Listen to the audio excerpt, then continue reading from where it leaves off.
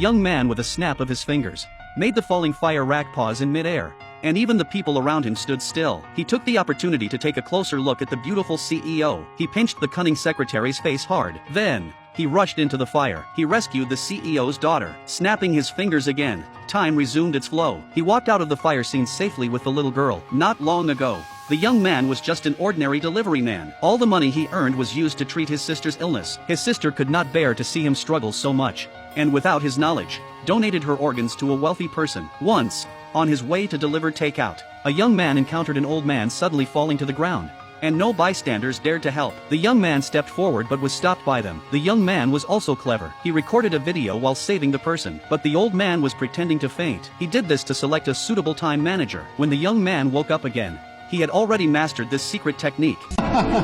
今天你也得到时间宝库，在当下暂停，也可回溯既往，还能穿越未来。时间暂停？你忽悠鬼呢！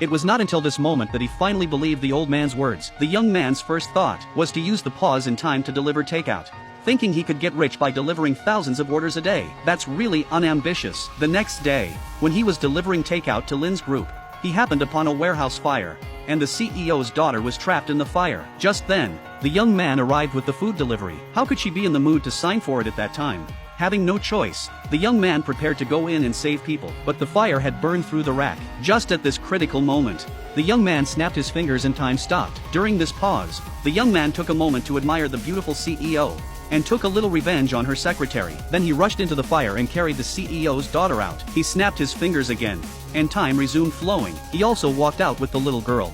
The CEO hugged her daughter and cried bitterly, but the young man actually asked the beautiful CEO to sign for the takeout at this moment. He was about to leave, when the CEO stopped him and had her secretary write him a check for $5 million. But the young man firmly refused it and resolutely left the scene.